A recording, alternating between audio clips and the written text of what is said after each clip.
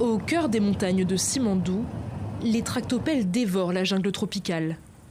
Nous sommes à des centaines de kilomètres de Conakry, en pleine Guinée forestière. Ce site titanesque est en passe de sortir ses premières cargaisons de minerais de fer, avec pour ambition de propulser le pays au rang des plus gros exportateurs mondiaux.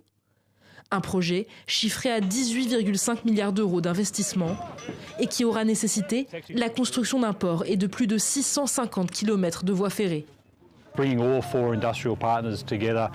les 4 partenaires industriels et le gouvernement guinéen pour mener à bien ce projet, ça a été une tâche monumentale. Mais je pense que cela en valait vraiment la peine, car cela nous permet aujourd'hui de construire dans un environnement stable et favorable. Du point de vue de la construction, les défis concernent la logistique, c'est-à-dire la capacité à acheminer tout ce matériel dans le pays vers les différents chantiers. Les premiers gisements dans le sud-est du pays ont été identifiés dans les années 90. Et depuis, le prix du minerai de fer a explosé, dopé par le marché chinois. Les autorités ne jurent que par les gains à venir. C'est une mine exceptionnelle avec une production qui va être qui va marquer le marché du minerai de fer à l'échelle mondiale, avec une teneur extrêmement importante sur le plan de la qualité, et ça générera beaucoup de ressources pour l'État guinéen.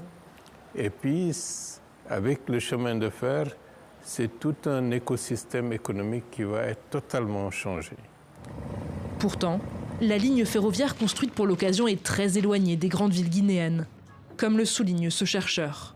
Le potentiel de transformation économique nationale lié à ces projets est très limité. On a eu d'autres projets comme le projet GAG qui étaient annoncés comme des méga-projets, mais qui en réalité sont retrouvés comme des projets à dimension très réduite et qui ont eu des impacts très limités en termes de transformation structurelle de l'économie nationale. Surtout, un rapport d'ONG alerte sur la pollution à proximité des constructions.